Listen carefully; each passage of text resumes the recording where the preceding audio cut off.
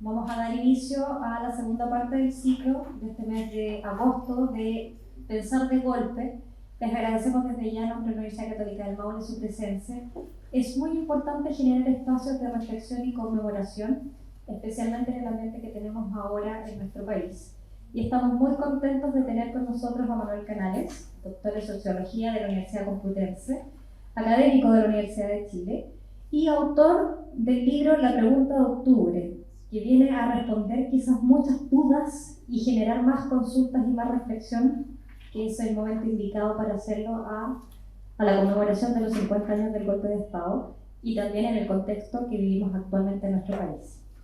Así que vamos a escuchar atentamente a Manuel Canales y luego haremos una ronda de preguntas para los que quieran quedarse hasta el final y conversar un poco más. Sin más, dejo con ustedes a Manuel. Muchas gracias por estar acá. Muchas gracias por la presentación, muchas gracias por decirte que estén aquí, por la invitación a conversar o a plantearme con un nombre tan provocador como Pensar de Golpe. Al principio me pareció mucho más claro lo que podía hacer, luego se me fue enredando, también la sociedad misma se ha ido dando sus vueltas. Y ahí estamos. Siento no es fácil hablar en estos días en términos de lograr pertinencia. No estoy seguro de aquello, como otras veces tiendo más bien a estarlo o a intentarlo con soltura. Cuando ahora más bien creo que el primer paso es ese, por lo menos desde mi capacidad de percepción de los procesos que vivimos, ¿no? Ese páramo en el que venimos. ¿Qué acaso quieren después de la constituyente? ¿Qué es el desparramo que venimos después de octubre? ¿Qué es el desparramo en el que venimos desde hace unos 20 años?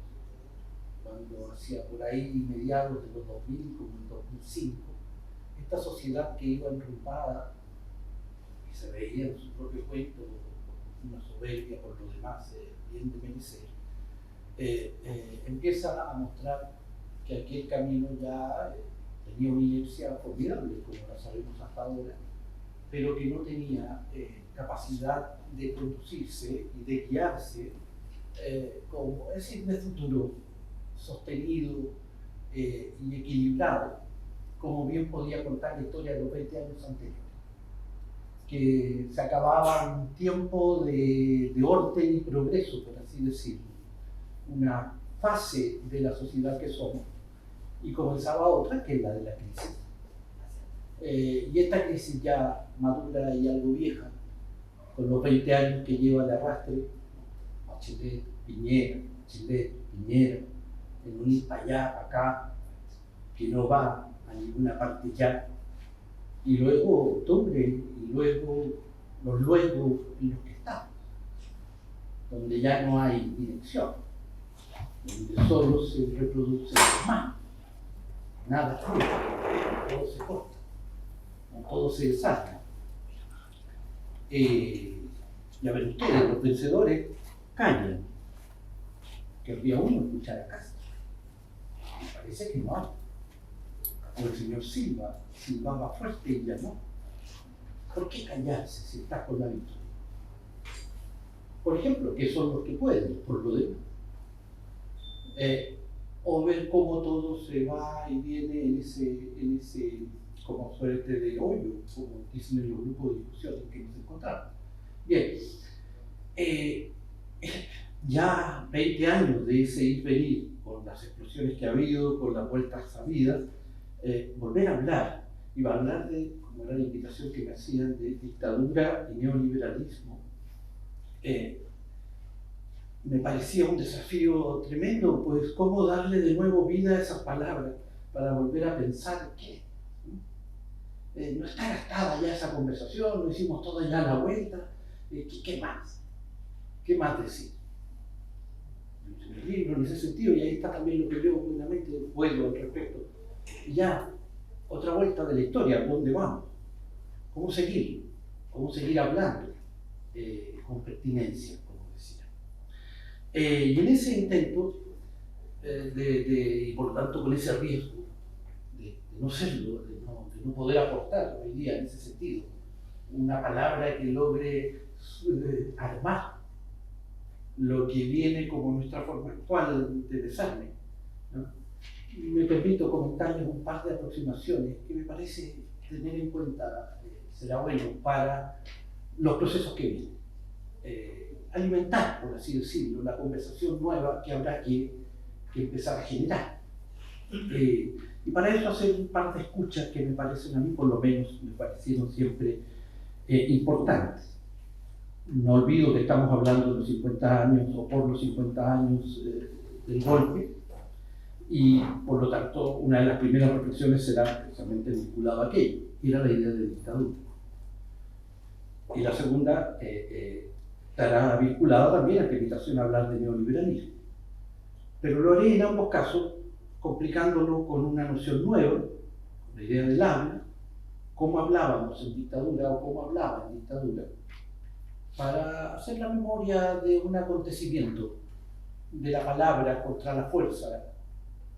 También puede decirse la palabra impotente, si se quiere, y sus aventuras y su dignidad de ese tiempo. Como la mejor memoria que puedo hacer de los tiempos aquellos de la dictadura. Y en segundo término, después de esa palabra impotente, cuando por ese ejercicio del terror la palabra no tenía lugar, más que no fuera casi el símbolo del intento de enunciarla, y ahí se podía ir y se iba a veces la vida. Luego será la palabra, por lo demás, que se hará como innecesaria, pues ya no había más que hablar, estábamos de acuerdo. Y el otro componente que conversaré es sobre el hablar en los tiempos del mercadeo o del neoliberalismo. El neoliberalismo visto desde la subjetividad, propongo verlo como ese aprender a ser en el mercadeo. ¿Y qué le ocurre al habla allí? El habla eludida, por así puede nombrarse. Bueno, vamos a lo primero. Quería yo que escucharan un fragmento de canción, si les parece. No sé si no se va a poder. No. Eso era lo que yo quería. Pero no es tiempo de mostrarles, ya somos todos grandes, que entre lo que uno quiere y lo que uno puede, siempre hay que se valga como. ¿Perdón? ¿Tenemos la aire en el micrófono? Si usted dice que se puede, jamás se me habría ocurrido que eso pudiera funcionar, pero la canción simplemente. ¿Todo?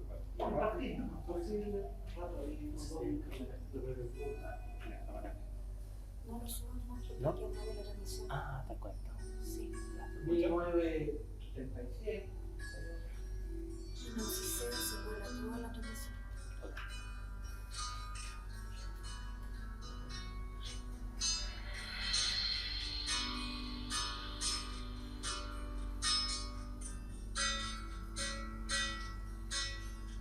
La verdad es que no quiero mantener mi nombre atado a los días y a los hombres que me vieron derrotado, simplemente y con la soltura suficiente perderle el miedo a todo y a los que son diferentes.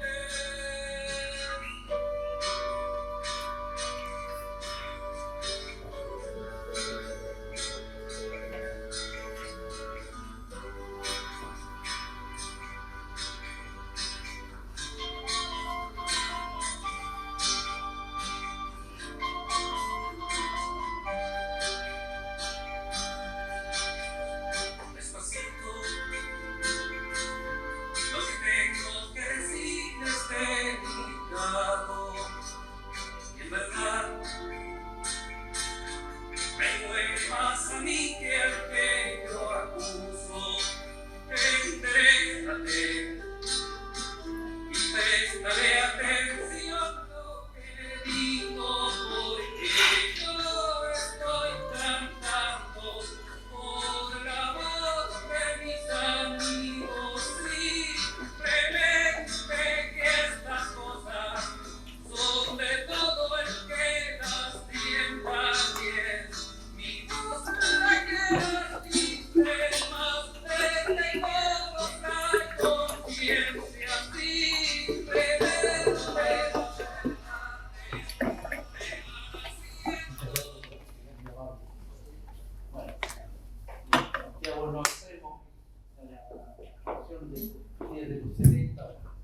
78, cuando comienzan estas reflexiones que yo les quiero hacer, y creo que efectivamente esa canción muestra lo central de lo que quiero plantear.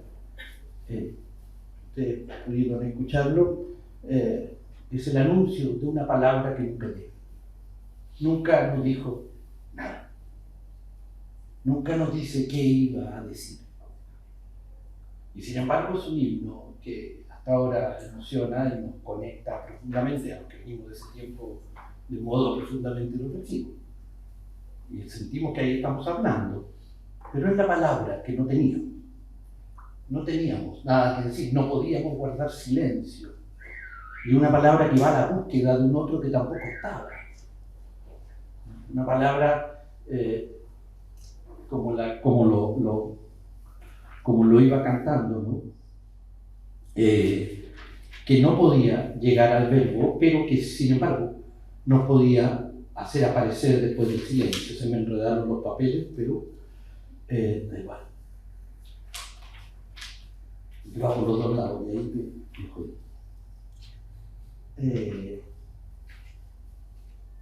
La misma imposibilidad del habla de entonces, por el modo del poder de entonces, por la estrategia del terror, la voy a ver en un par de símbolos de la época, ¿no? Quizás lo mismo que podíamos ver, digo, en el simbolismo dramático de las velas. Tengo la escena de la avenida Grecia, regada, puede decirse, de velas, según iban en hilera como curso o cauce de llamitas por el centro de la calle, eternamente, hasta perderse en Salvador cuando Grecia da la vuelta. Era un hilo de presencias, sutil, como un cabito de vela en lumbre apenas de su pequeñez, liviandad. No hay cosa más suave que esa cosa, ni palabra más penetrante que su llamaradita que cala como el llamado inolvidable. Enfrente, en contra, sobre sí, el golpe. No habiendo a quien abofetear, golpe viene de abofetear. Golpe es del griego y es abofetear, tal cual. No habiendo a quien abofetear, que las velas, cuando cuidan a la Virgen o cuando brillan, saben cuidarse solas, ni estando las cosas, ni sus ropas, ni sus gestos de entrenamiento guerrero para agacharse y apagar ese incendio simbólico una por una. Las centurias de preturianos se bajan de estos carromatos de guerra y comenzaban desesperados a patear velas. Y era tal la desproporción de la bota, casco, luma y el cabito de cebo aquel, que parecía que estos segundos vencían por solo seguir flameando en medio de la muerte a la que así por un rato, por lo que duraba ese momento, vencían. Ese día los cabos de vela vencían a un ejército. Bien, mi cabo, podría decirse. Le vencimos a puntas en ese sentido de cabo de vela. Lo traigo como ejemplo porque a mí me impactó en ese momento, de nuevo por la palabra impotente, y al mismo tiempo este espacio a través del símbolo para hacer sentir una presencia, una resistencia, pero al mismo tiempo sin palabras. Eso es simplemente impotencia también. Y para más modo de la palabra impotente, el testimonio de Sebastián Acevedo. La palabra que teníamos, que podíamos llegar a tener, no servía, como en la canción aquella, no bastaba. ¿Cuánto dijo antes que no se le escuchó? ¿Cuánta palabra derramó, llantos de palabras dijo cuando nadie le escuchó? Pese a que la palabra aquella atravesaba cada poro de los muros y toda la ciudad lo sabía, y entonces cuando parecía que no se oía, que la palabra no bastaba, no servía, se inmoló y se prendió y se hizo llama para llamar lo que con la palabra no pudo. Era la pragmática inversa. No el reconocimiento de aquello de cómo se hacen cosas con palabras, cuando alguien cura o promete en el descubrimiento de aquella disciplina, sino dramáticamente cómo se hacen palabras con cosas, propiamente gritos con el cuerpo muriendo, pues parece que solo así escucha la muerte. Contra muerte le gritó cerca de aquí Sebastián Acevedo, para poder decir algo que era lo mínimo que podía aceptarse esos días en que sus hijos estaban bajo tortura en Concepción.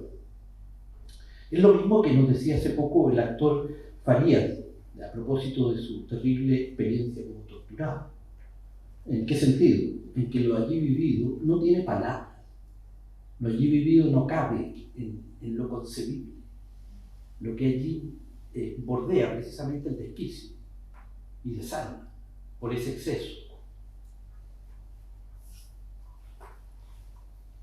El otro modo de la palabra faltante y el silencio ya inaguantado es el grito. Me pareció que el grito aparecía como el modo en que se hablaba, o cuasi hablaba, en tiempos que no tenía palabras ni te estaba permitido. Escribí un texto del 85 que se llama Entre el silencio y la palabra, el grito, para referirme a la juventud popular, a la juventud poblacional, donde yo por lo demás trabajaba en la zona sur, en la San Gregorio, y el grito me parece era el discurso de ese sujeto, sin una propuesta y sin posible quietud, ¿no? Sin palabra, no en el silencio. Se plantea el grito.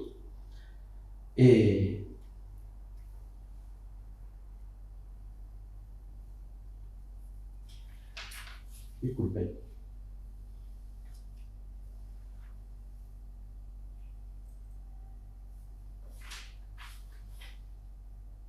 Era lo que me pareció cuando escuchaba a los jóvenes populares de esos años. Golpeados de continuo en la población, en los 80 eternos, no podían ni callarse, ni tenían más que hablar ni que decir.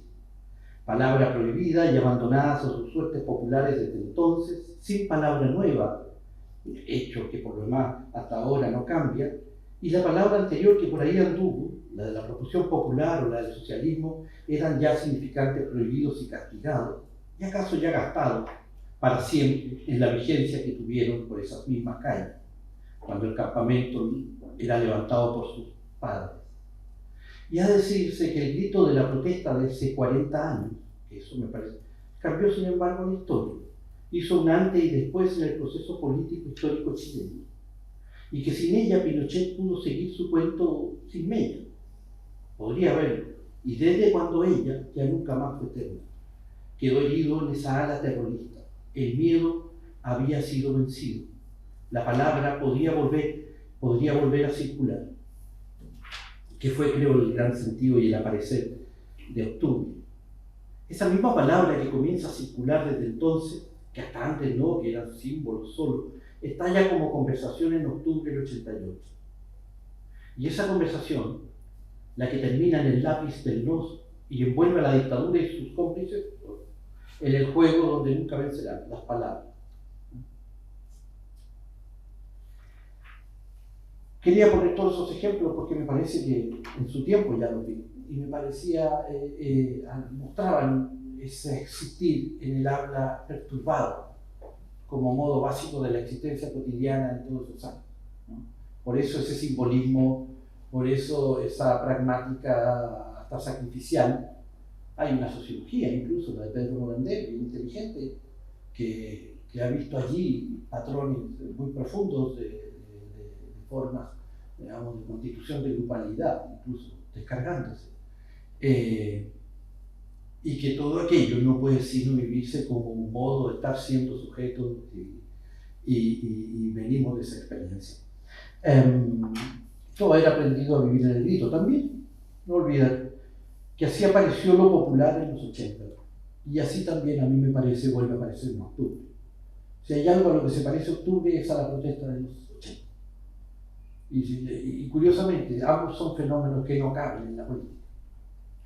Y el cuento que contamos de la lucha contra Pinochet casi ya ni figura con los jóvenes que protestaban, que fueron los que movieron esta historia.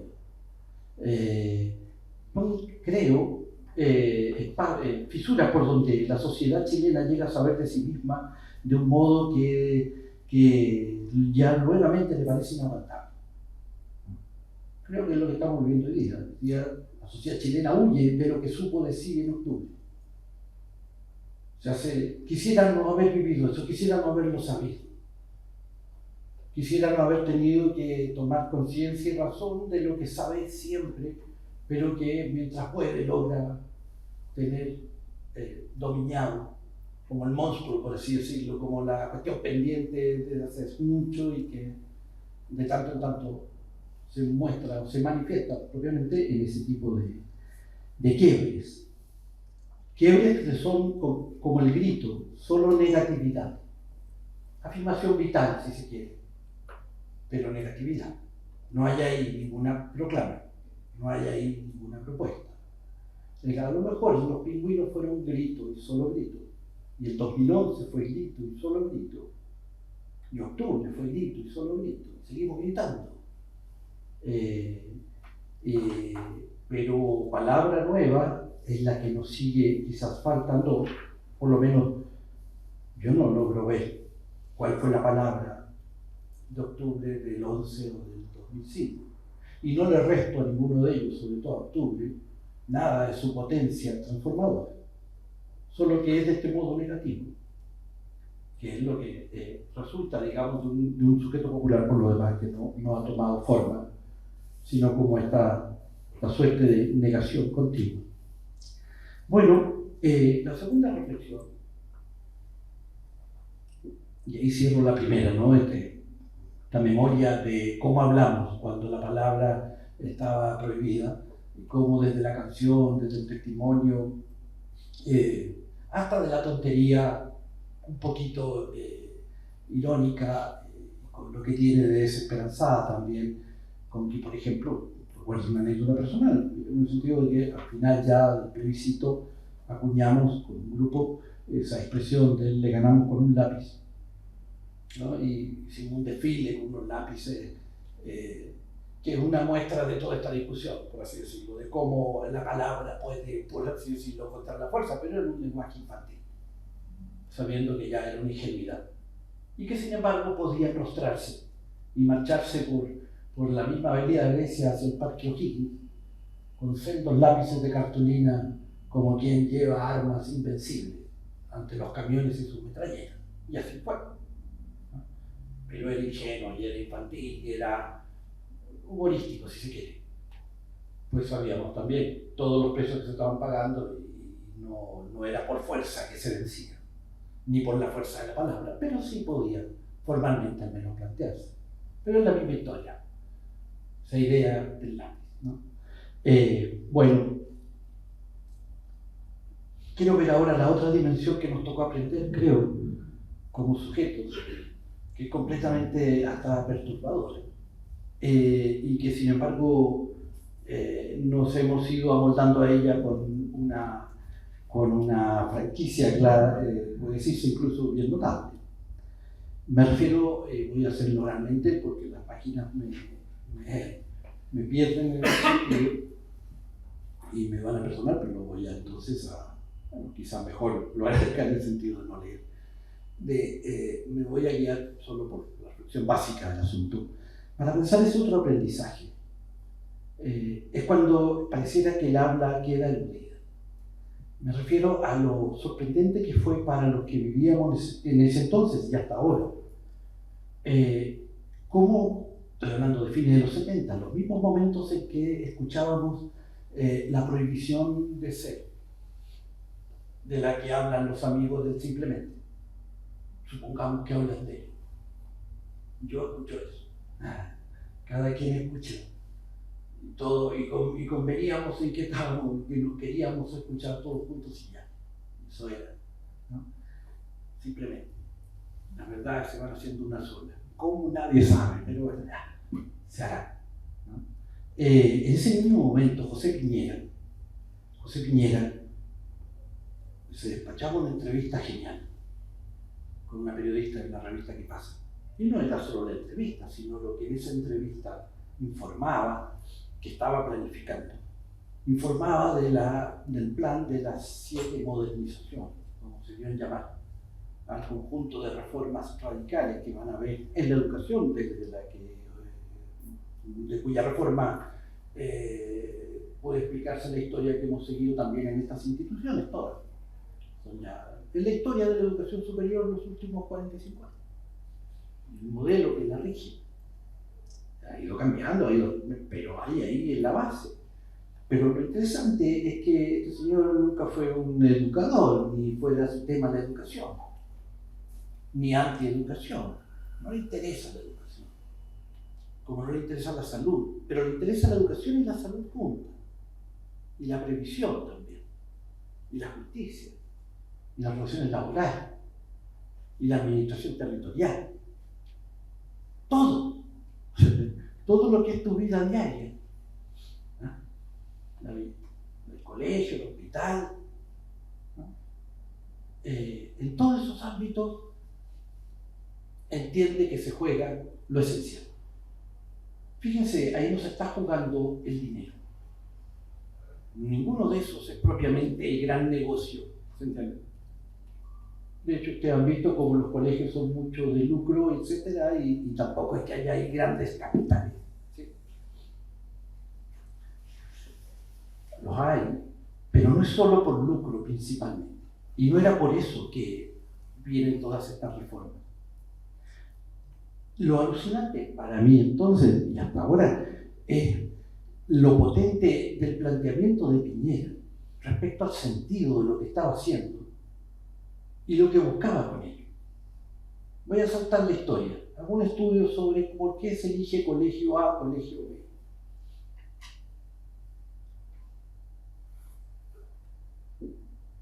Y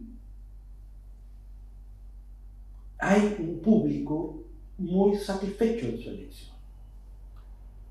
Sorprendente, porque la masa de los colegios públicos y particulares subvencionados, que es básicamente lo que se estudia, los otros son el 8% de colegios particulares o un segmento de educación particular subvencionada que también es distinta, pero el conjunto tiene resultados académicos bastante desastrosos, siempre, por año. Y se mide, y se mide, y se mide, y se compara, y todos saben que eso no varía en el margen, ¿se entiende? Pero el sistema está formado por dos estándares. Y eso lo sabe todo participante. Eso descalifica naturalmente a todo el sistema. Y así hay unos que están muy molestos con el sistema. Y así el sistema está haciendo crisis por todas partes, en los recreos, en las salas. Pero hay un segmento que estaba muy contento. Era un segmento, la mitad, más de la población, que había encontrado en los colegios particulares subvencionados una satisfacción muy lograda, algo muy preciado. El caso es que no tenía nada que ver con educación. Sí tenía mucho sentido, no era una tontera ni arribismo, como se dijo con prejuicio de clase. No, tiene lógica. Era refugio, protección, seguridad. ¿Y qué tiene que ver eso con la educación? Hacemos los colegios al Ministerio del Interior. Si ese es el tema. Porque ocurría que se hablaba muy latamente de este tema, y todos hablan mucho. ¿Y de qué hablan? Nadie habla de educación. Esa palabra no dice no. Nadie habla de matemáticas, ni de aprendizajes, ni de metodologías, ni de pedagogías. Se habla de elección de colegios. Y de por qué se eligen esto, por qué se elige esto otro, y a quiénes se elige esto, y a quiénes acepta este, y quiénes pueden elegir esto otro, y por qué yo elijo este. Se habla desde el elector. Somos electores. ¿Sí?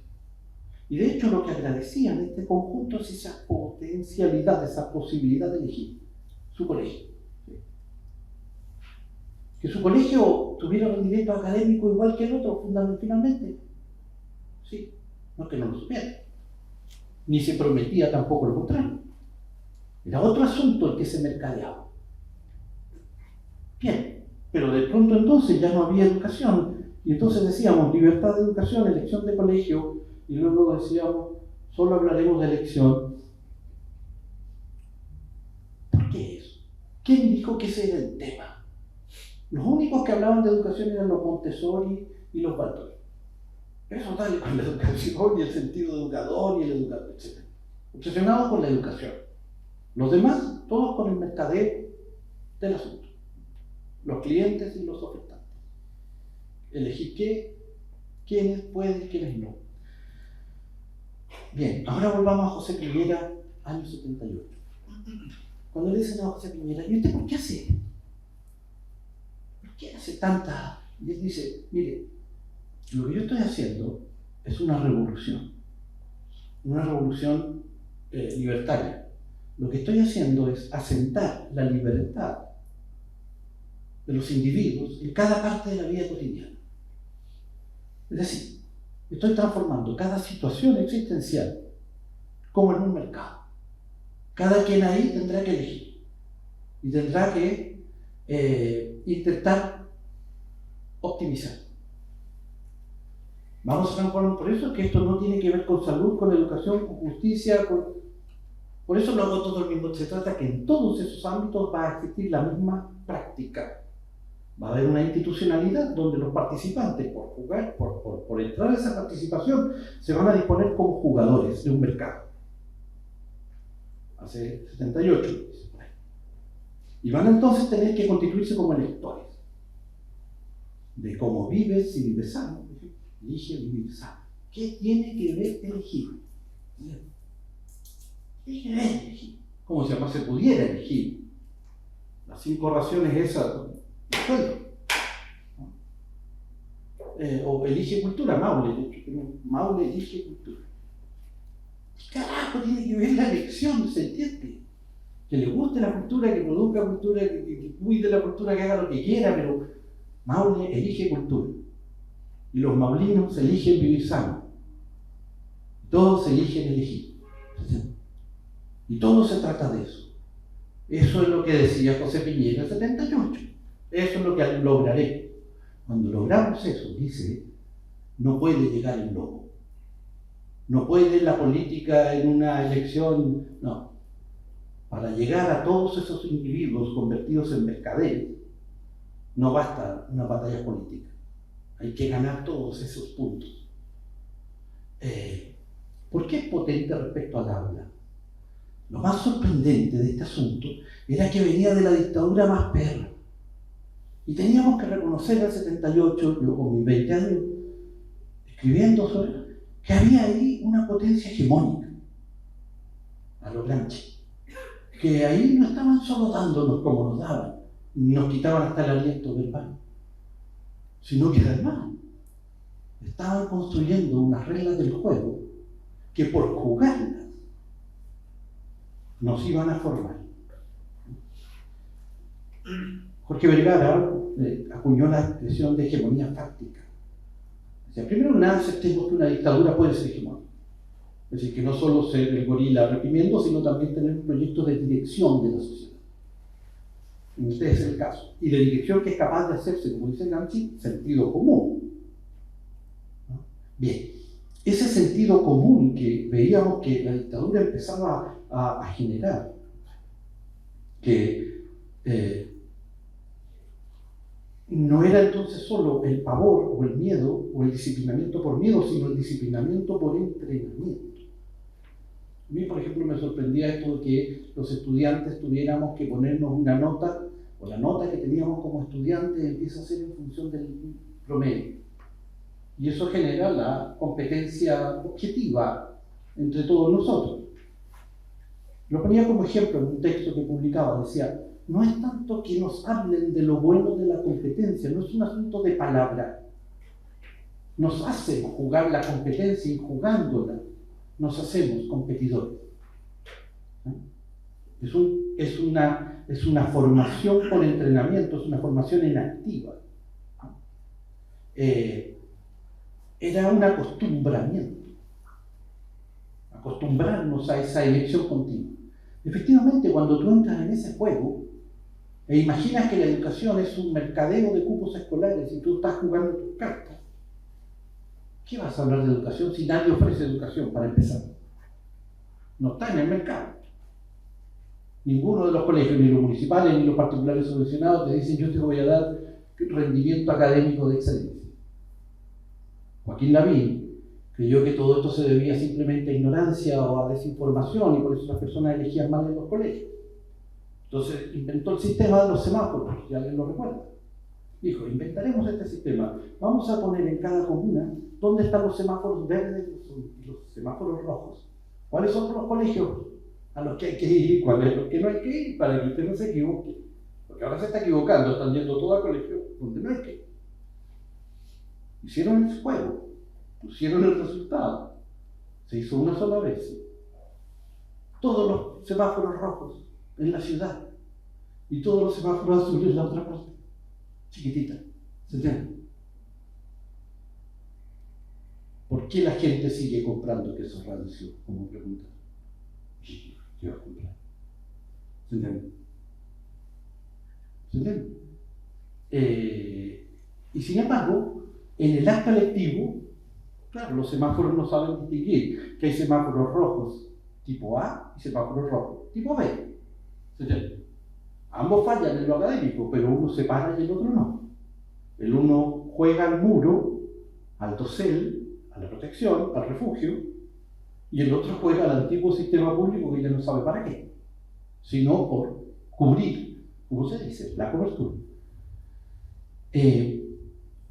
Como sea, lo que me interesa es traer esa profunda satisfacción del que puede elegir, aún sea en estas condiciones tan ajustadas, ¿no? Que le permite una suerte incluso de estrategia de salvación.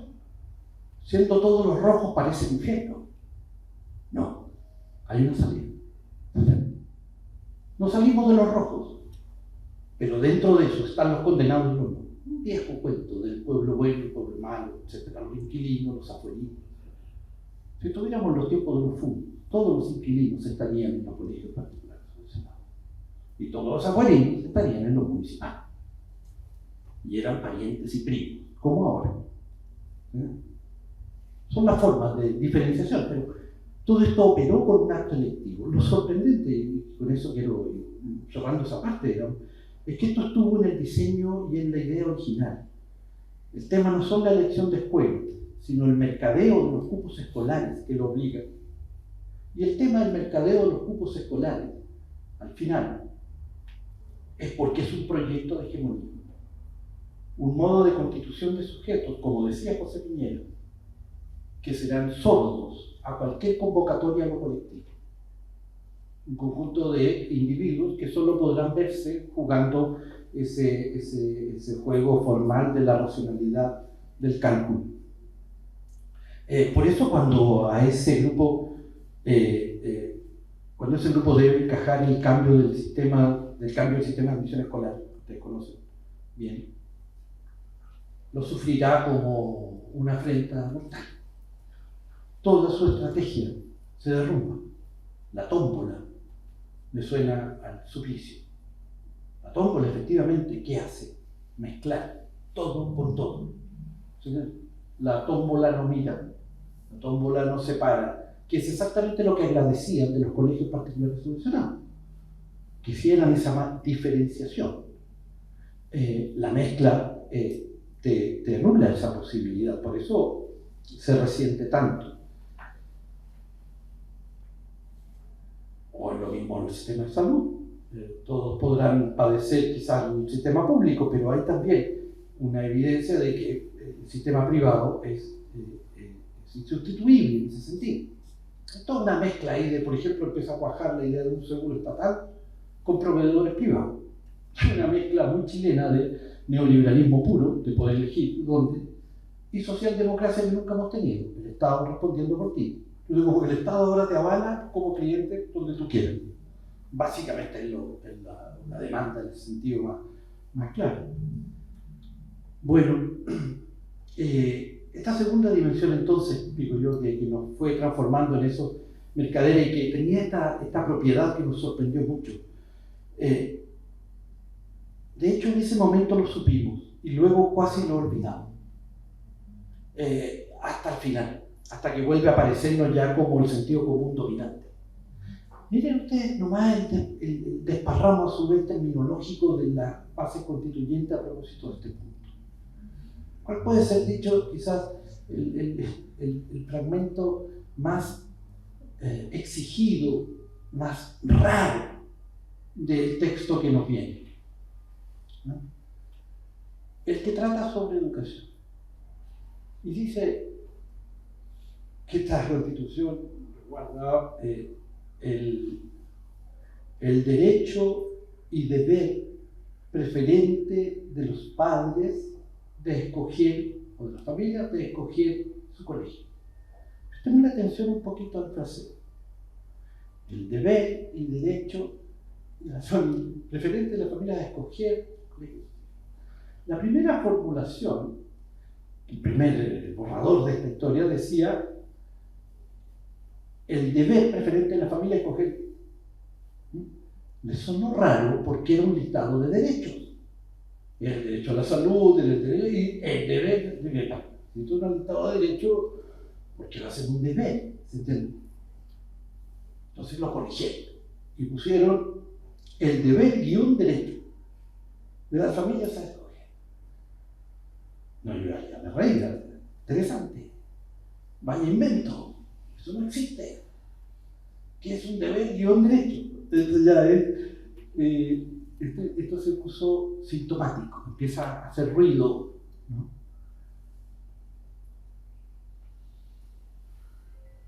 Creí que lo habían eliminado porque se empezó a hablar de la libertad de educación o algo así, pero en el texto final parece que termina diciendo el derecho y el deber, por lo menos está puesto ahora como el derecho y el deber. Se puede entender que digan el derecho preferente de los padres a escoger el colegio. Y también podría discutirse.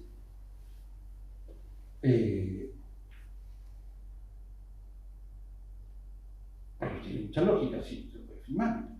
Pero ¿por qué el deber? Y vean lo canalla del asunto. Porque además ni siquiera dice elegir, para que no fuera tanto. Dice escoger. ¿Y cuál es la diferencia entre escoger y elegir?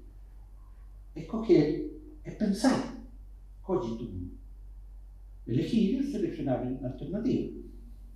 El otro es pensar, pensártela muy bien. ¿Eh? Eso es escoger. Piénsatela muy bien. Y alguien puede decir, yo ya me la pensé súper bien. La educación que mi hija necesita es esta. No, es que esa no la puedes elegir. Entonces diga lo que puedo elegir, no me diga que ponga a escoger. ¿Se entiende? Más aún no me lo diga como un deber. Me hago el deber de escoger, ok. Me pongo a escoger. Por deber. Ah, no, es que no puede usted. O sea, yo no puedo. Bien. ¿Por qué el deber? Por José Piñero. ¿Se entiende? Porque efectivamente se trataba de instalar la libertad, como decía él, en cada pliegue de la vida cotidiana. Ese es el deber del sujeto que estoy creando. ¿Se entiende? Ese es el deber. Tú eliges. ¿Se entiende? Tu deber es elegir. Todo. Esa es la ley, el deber de todos los derechos. Aquí jugamos como jugadores, ¿se entiende? Electores. Lo decía él, el 78. En salud, vivienda, FP. Por ejemplo, usted es un número. Lo vamos a liquidar en lo que tiene de subjetividad excedentaria al cálculo, al dinero, por ejemplo, al valor de cambio, dinero, denario, 10, moneda, 1, número. ¿Sí? Como el silencio sepulcral que se hace cuando las personas tienen que mirar o pueden mirar o quieren ir a mirar cuál es el número que tienen en la cuenta FP. O toda esta historia sobre la heredabilidad de la previsión. La previsión era cuando uno era viejo, no para herencia. ¿A quién se le ocurrió que tú tenías sueño? La previsión siempre era que los que están trabajando sostienen a los que están viejos. Y así será ahora también y mañana. Porque eso es lo real. Los que están trabajando sostienen a los que ya no. Eso es lo objetivo. Todos los demás, cómo se organiza el asunto. Pero lo concreto es que hay unos que tienen que estar trabajando y otros ya no. Y hay que mantenerlo porque eso mantuvieron a otros. De eso se trata el asunto. Aquí lo hemos transformado en un negocio. Ya no es la previsión, es tu capital, tu número. Tú eres un número. Y le llaman a eso, y le llamaron capitalización individual. Perfecto. constituirnos en una mímesis del capital. Cuando nos miramos en ese número, somos el capital. Nos pensamos a nosotros mismos lo mismo que el capital. Si pensara, se pensaría a sí mismo, como el número que es. El capital es solo número. Y el capital solo crece o muere. Tal cual. Se mide el número. ¿No? Y solo sabe de números. No hay ahí nada que hablar. No hay nada que hablar. Ya sea en tu previsión o en estos espasmos verbales del deber derecho. Por eso decía que es cruel. Entonces, si alguien elige un colegio particular subvencionado de 15.000 pesos o de 20.000 pesos, con los rendimientos que cabe esperar, es lo mismo. No se preocupe, amigo, si el problema es el amigo, soy culposo, digamos. Así que le disculpo que no hay problema. Una vez estaba citando un libro de voluntarios, de voluntarios, no sé, de voluntariado, y yo no soy muy hábil con ese modelo. Entonces, sonó la cosa mientras yo estaba hablando. Lo pagué. Vuelve a sonar la tontera, ¿no? Tratando lo apago, lo olvidé. Y ya la tercera ya fue un derrumbe. No voy a pagarlo y en ese momento que yo te ilumina y dije, disculpe, es que soy bombero. Entonces seguí yo. Y por ahí pude zafar y dije, claro, el Twitter, claro. Bueno, espero que no sea la ocasión.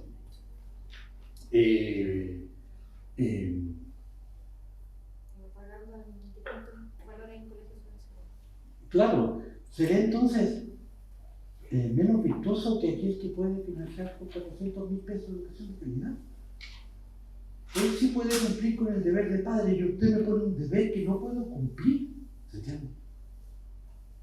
Y además me lo impone como deber, porque alguien podría decir, disculpe, ¿por qué es mi deber? Disculpe, yo no tengo estudio. No hay un Estado, no hay unos profesores. Los profesores no son profesores.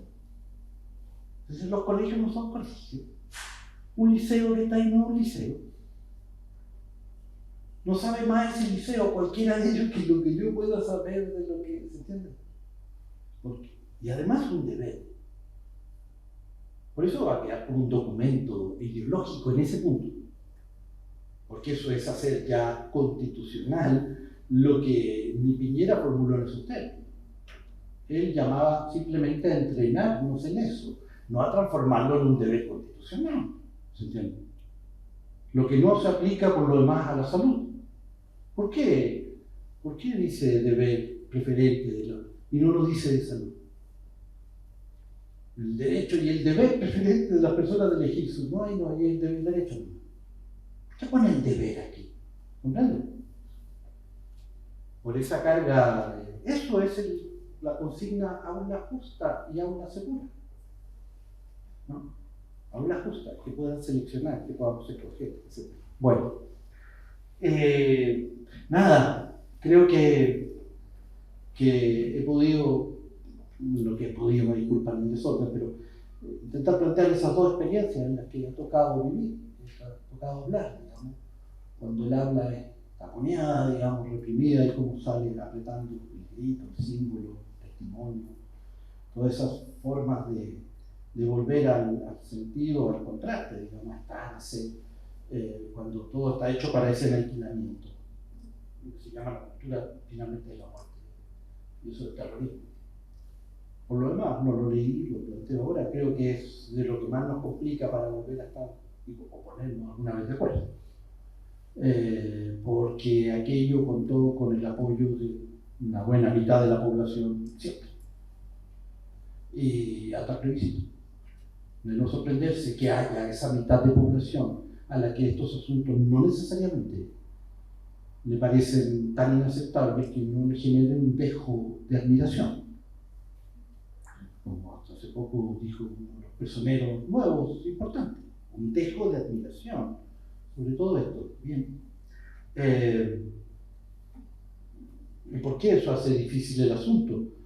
porque quienes tuvieron que visualizar todos estos excesos y apoyarlo, bueno, es el precio que se paga y el precio que cobró la dictadura a sus seguidores, ¿no?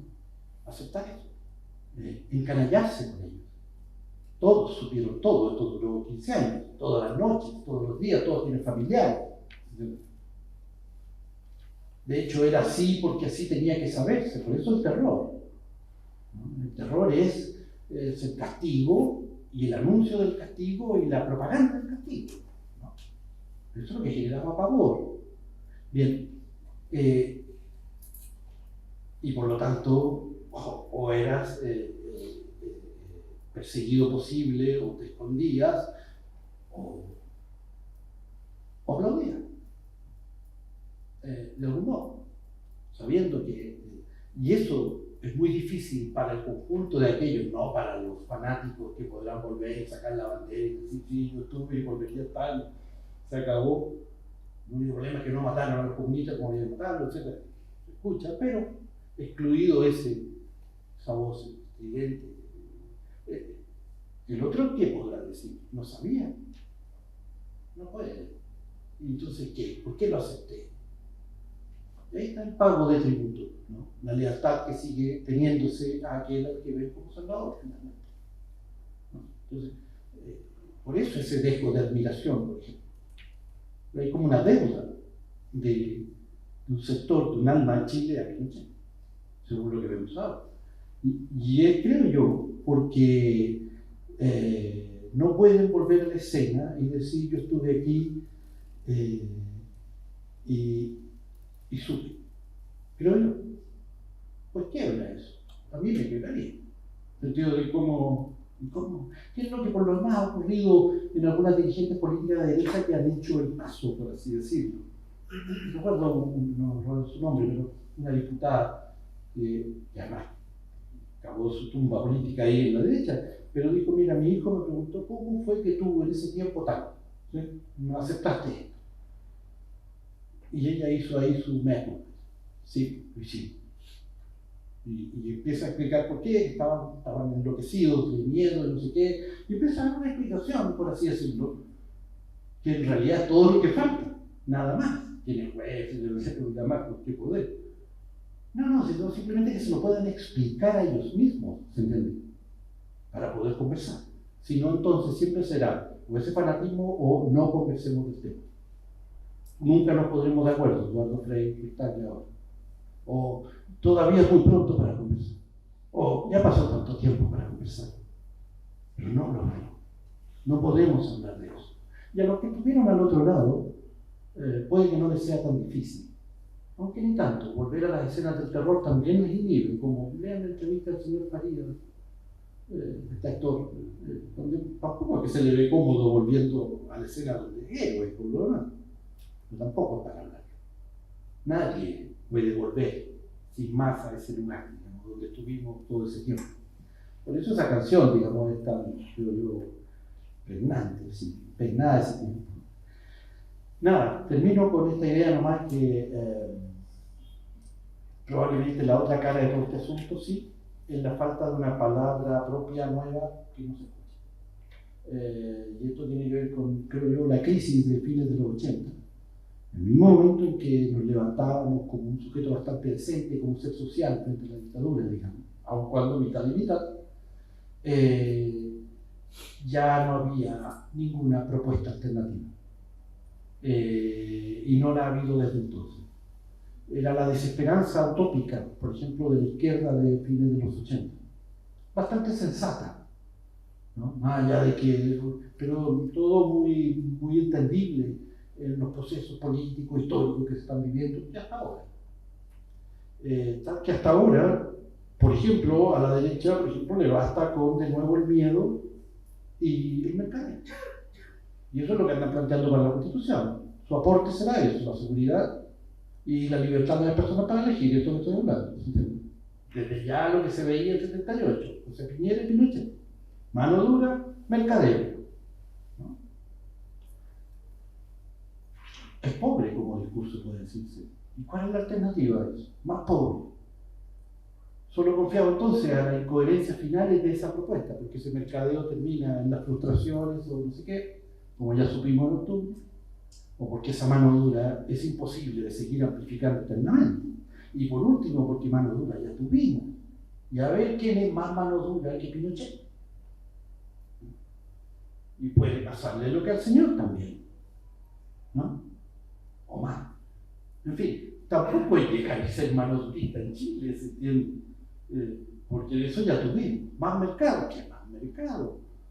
Entonces, ¿qué? Sin embargo, ¿cuál es la alternativa? El 2011, yo creo que el 2005, el 2011, octubre, tienen una gran potencia heurística, por así decirlo, nos permiten ver mucho.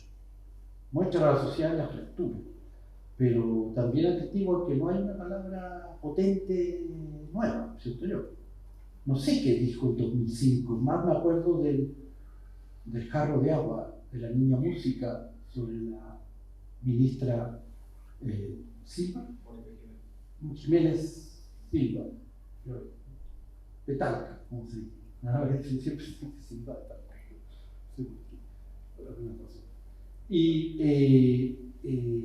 Pero ¿qué dijo? O el 2011. ¿Recuerdan la estética del 2011? Claro.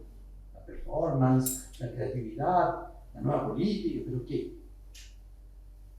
Y octubre. Extraordinario. ¿Qué?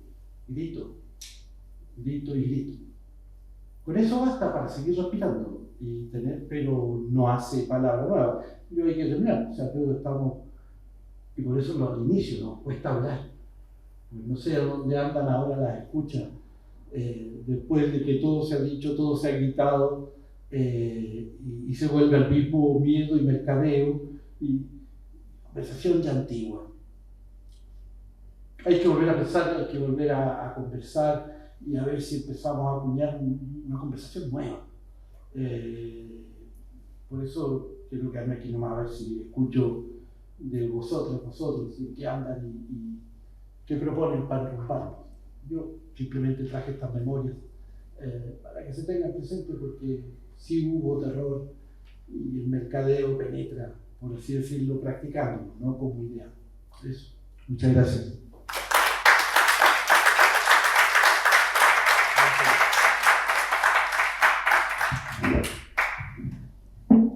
Bien, agradecemos esta interesante exposición, que está más actual que nunca, y abrimos la opción a hacer preguntas. Por tema micrófono, y como estamos grabando, les voy a pedir que se acerquen acá al lado de la cámara y yo les paso el micrófono a medida que los vamos llamando. ¿Ok?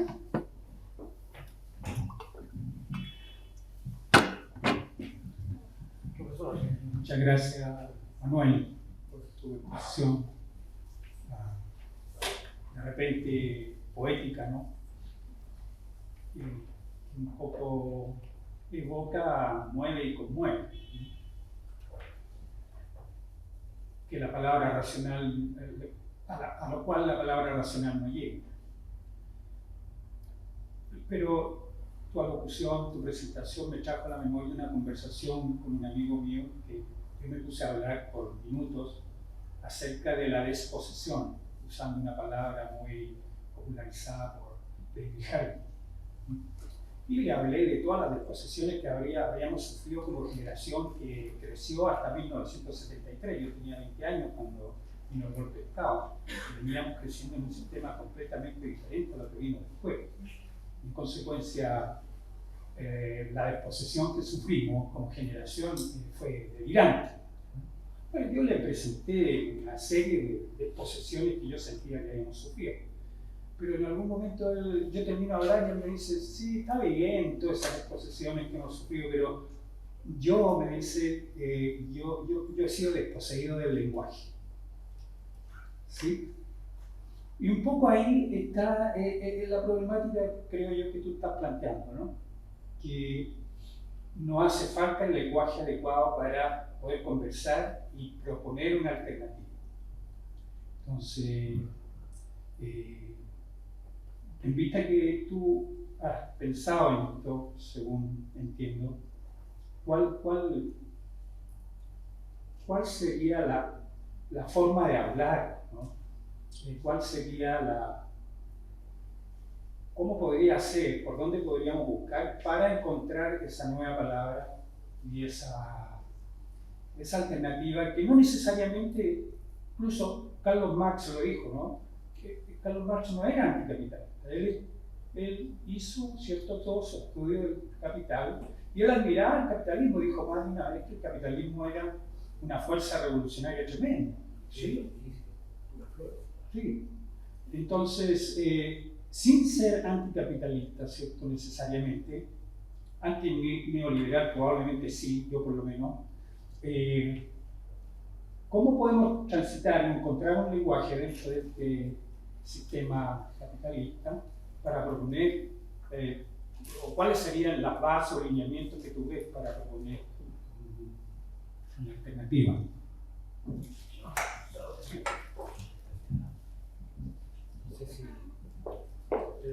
Muchas gracias por la percepción. ¿Alguien más quiere hacer una pregunta para ir juntando? ¿Sí?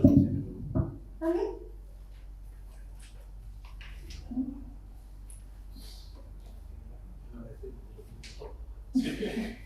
Por cierto, no hay más preguntas.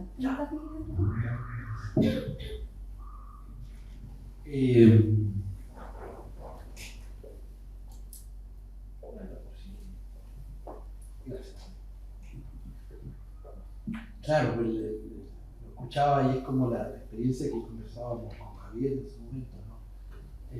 Una entrevista que me hizo en un libro que va a publicar la universidad. Tenía 14 cuando el golpe, pero en un sentido, pero lo fundamental es la experiencia muy análoga. Me parecía, esto yo siempre lo viví así, ¿no? Y creo que todas nuestras generaciones lo han vivido, que uno fue criado para una sociedad que no fue, por así decirlo. Entonces, uno quedó proyectado hacia una sociedad que no llegó a ser y tuvo que formarse para una sociedad y lo mismo nos hemos criado luego toda la vida en esta. Somos pioneros de esta sociedad, no es que ¿no? hemos vivido todas. Sin embargo, también nunca será la nuestra, en el sentido de haber sido formado para otra que tampoco fue.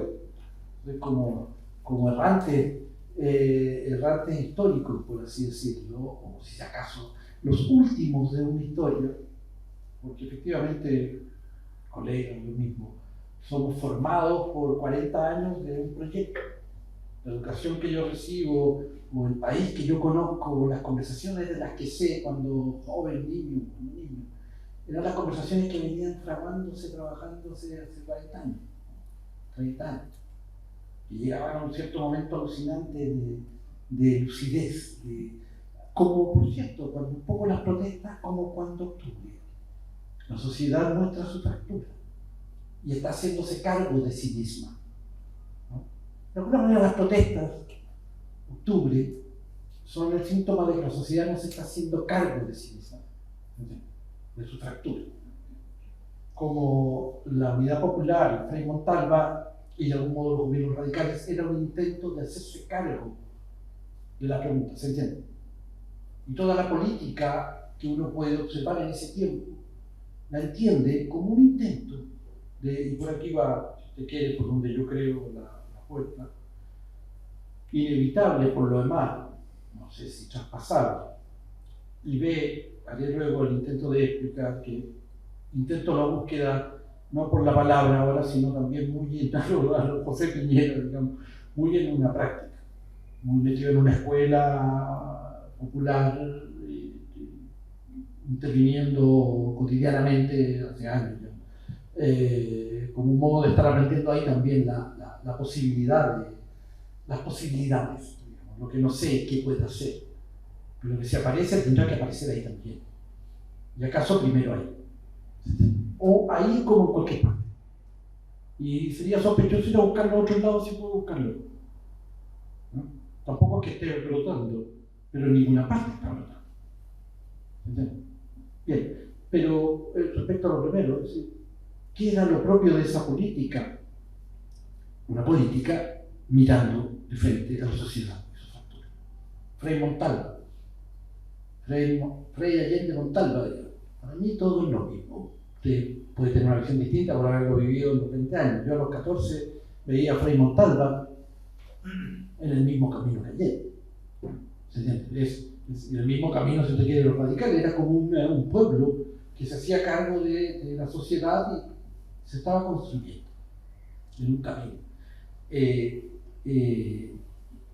Uno viene en ese envión. Y luego tiene que aprender todo este otro régimen de realidad. Por eso uno queda así como, por así decirlo, errante, como les decía. Esto mismo que dije ahora, lo dije el año 79, en un seminario, en el que me invitaron. Yo tenía 20 años, había sido expulsado de la universidad recientemente, había dirigido una huelga, 79, pedagógico, sociología, y por eso me invitaron, en realidad, en fin.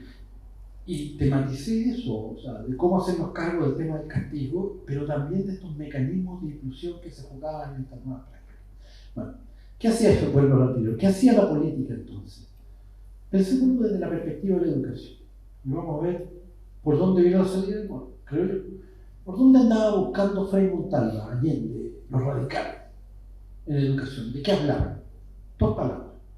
Democratizar, tecnificar.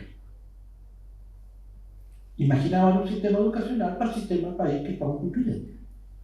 Una sociedad que tenía que democratizarse, que no podía ser entonces la sociedad de unos apellidos y otros.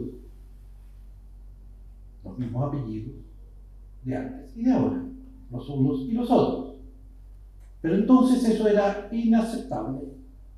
Hoy día es la vida. ¿Se entiende? En ese tiempo no. Frei Montalva decía, si algún sentido tiene mi gobierno, fíjate, Frei Montalva, tiene mi gobierno, es que ese señor campesino con el que me encontré el camino a Chillán, me bajé para saludarlo, me saludó y bajó la vista. ¿No? Decía Frei Montalva, el único sentido de mi gobierno es que esa persona nunca más baje la vista. ¿Se entiende? La idea de la horizontalidad, la idea de que somos una sociedad, no dos estirpes, dos genéticas, blancos, mestizos. ¿Se entiende? Eso era inaceptable. Eso era democratizar. Todo se democratizaba, ya veíamos. Y tecnificar. No podemos seguir viviendo de la clorofila y la demografía o la litiología ahora. ¿No?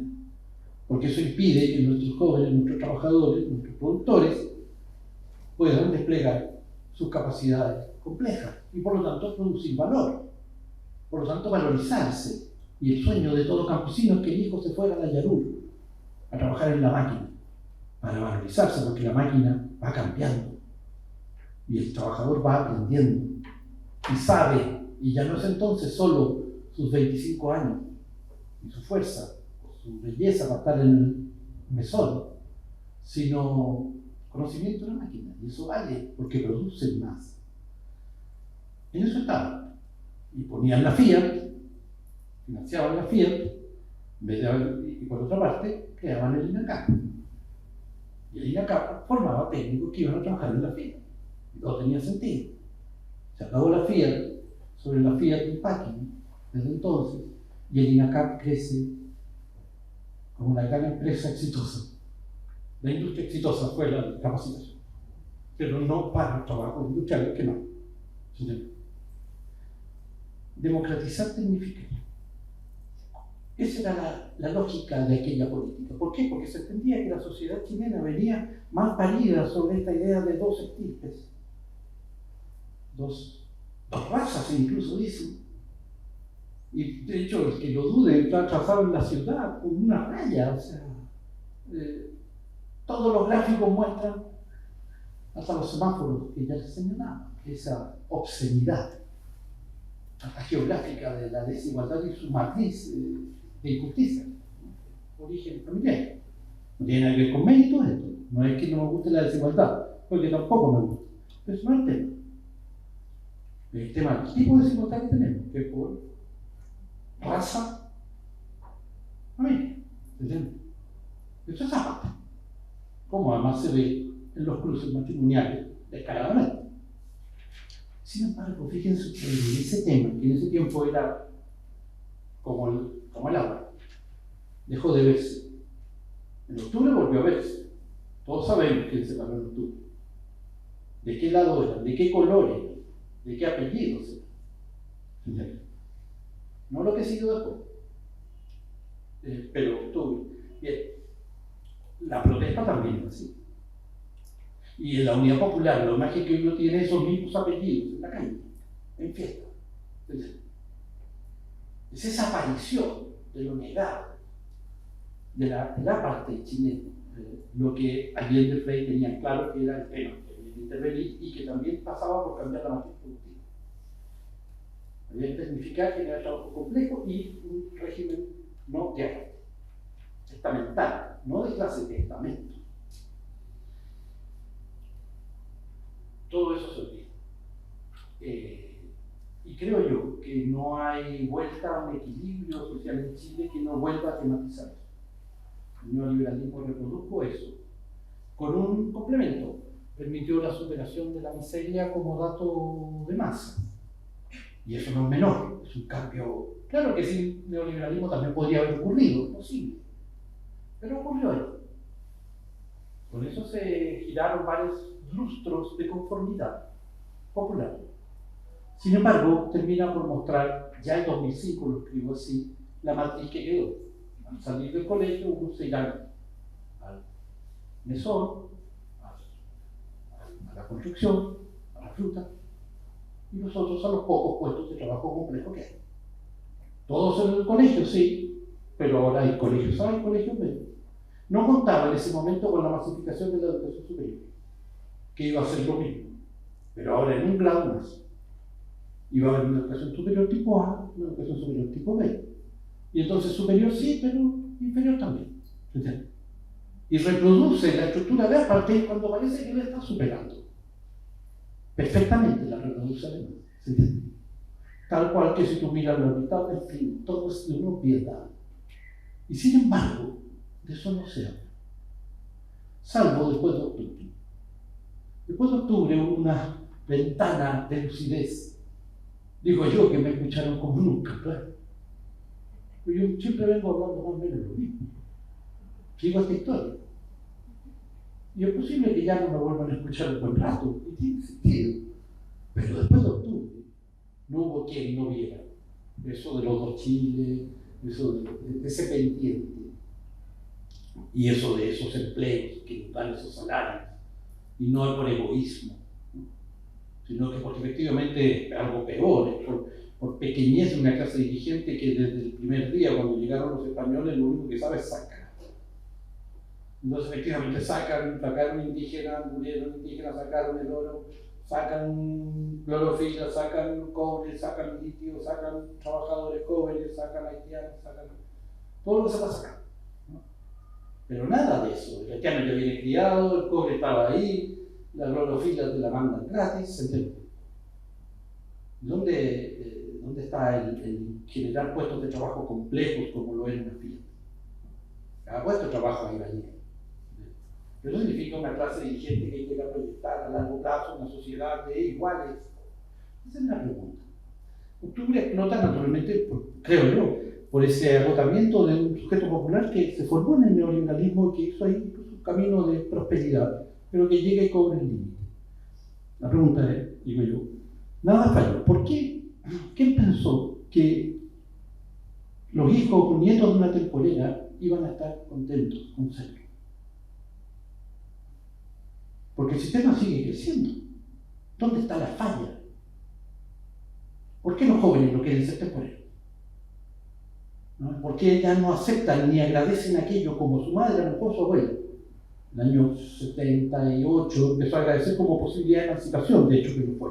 Aquí en Cachapán lo mismo, ¿no?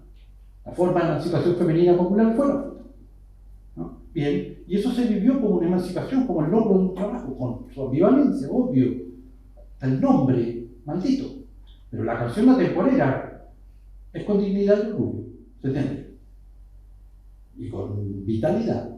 Comparen la tristeza moribunda de la canción Muevan las industrias de los prisioneros. Mismos años, poco distintos. Y la vitalidad casi kitsch de Grupo Hechizo, la temporera, ya no vaya en el video. ¿No? Una fuerza, la sonora, la vida de la fruta. Esa potencia que trae el neoliberalismo cuando va desplazando el centro de la vida de la sociedad que estaba en Santiago, en Llanura, esas industrias que nunca más se movieron. A Talca, a San Vicente, ¿entiendes? A la provincia de Gaia. Empieza este dinámico. Pero bueno, todo va. ¿Y qué pasó? ¿Por qué protestaron los jóvenes de Talca? ¿Por qué los cabros de San Vicente no querían ir a la fruta? ¿No? ¿Quién creyó que iban a querer? ¿Por qué tenían que querer? Si además tienen el estudio. ¿A quién se le ocurrió que esto podía funcionar permanentemente? Con salir de la pobreza van a estar. Solo alguien que cree que en Chile hay dos tipos de personas.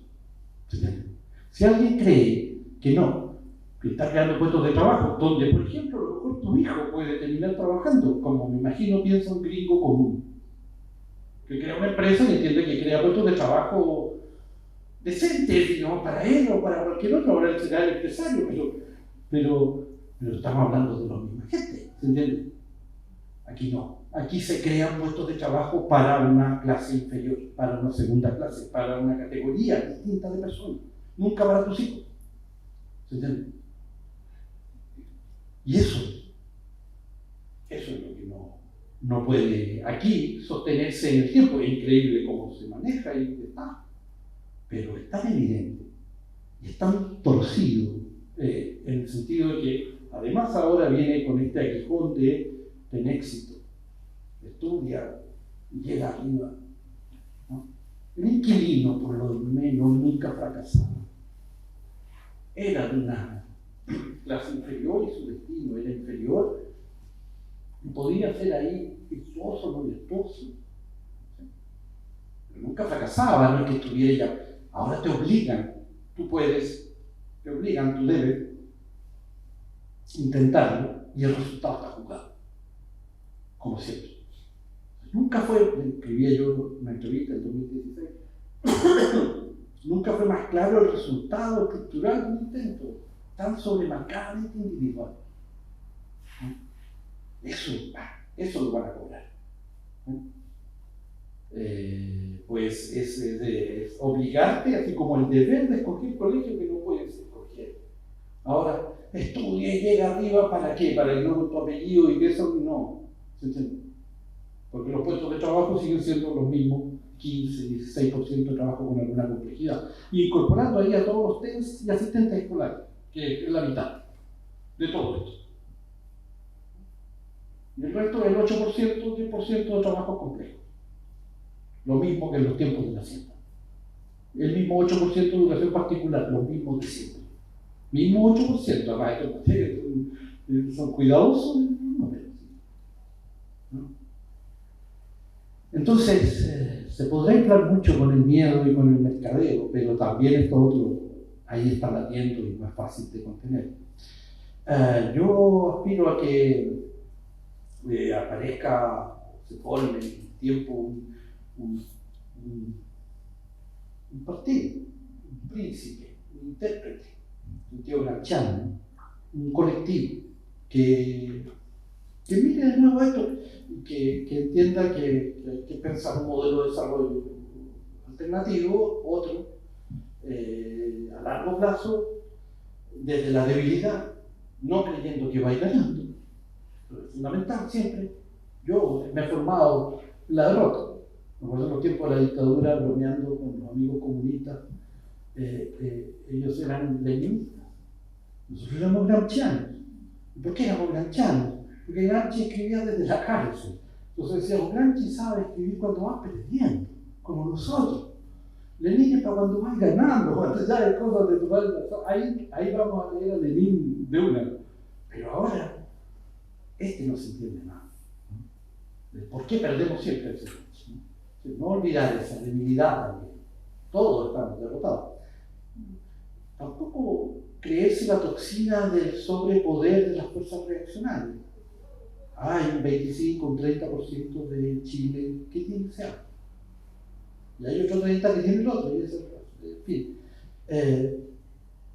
Y pensar que si la pregunta de la matriz productiva y ponemos la pregunta de la matriz de desigualdad de oportunidades, ponemos las dos cuestiones que han atravesado Chile desde el origen, creo yo. Y son los pendientes y es lo que nos condena. Aquí se cocinan las biografías por esos procesos. Y la política vale solo según qué haga respecto a eso, ahora mismo. O la política está mirando al techo todo el siglo XIX, hablando de asuntos de lo laico, lo religioso, de aquí, lo de allá, pero de esto no hay una palabra. O está dedicada solo a esto, como el tiempo de Allende, Freire, que están en eso. Cambiar la estructura de desigualdad de oportunidades y cambiar la matriz productiva. Y la política es para eso. La política del neoliberalismo fue mirar al techo y que ninguna de estas dos cosas se tocara. Sin embargo, se ponía a full. La matriz productiva brilló como nunca. ¿No? La agricultura es cerecera vendiéndole joyitas a los chinos para Pascua. Y en minería pasamos al litio y pasamos a la energía renovable. Además se nos duplica el portafolio de manera mágica, porque eso es todo, que haya aparecido la energía renovable, que haya aparecido el litio. No estaba en el horizonte, pero entendimos que. Pues nada, eso diría yo, allá a mirar, asumiendo las debilidades, entendiendo a largo plazo. Y es lo que planteé, como no me basta, por eso tampoco hablo con más convencimiento que corresponde, por lo menos no ser honesto, no andar vendiendo cuando no tienes algo que compensar. Lo que hago es participar de un proyecto muy modesto, pero muy cotidiano de transformación de realidad con una escuela y ahí buscando chances, ¿no? Creando un agroparque que estamos haciendo, juntando la agricultura con la salud mental, con la alimentación, conectando con la idea de pedagogía de la conexión, jugando densamente contra todo este esquema, pero también de lo modesto de una intervención que puede, por lo demás sin recursos, sino a punta de aliarse con más y ganas, como lo que estamos haciendo. Y yo recomendaría eso, que ojalá todos los que puedan, tuvieran alguna experiencia directa de conexión, involucrados vitalmente, es decir, como si tú se te fuera algo importante y que eso tenga éxito, porque seguro que va a fallar, lo más probable es que falle. Pero yo que te duela que falle, que ponga, igual como le van a poner los otros para evitarlo hasta cuando se pueda evitar. Y después sí, seguir igual. Eso. Muchas gracias. Un aplauso para Manuel.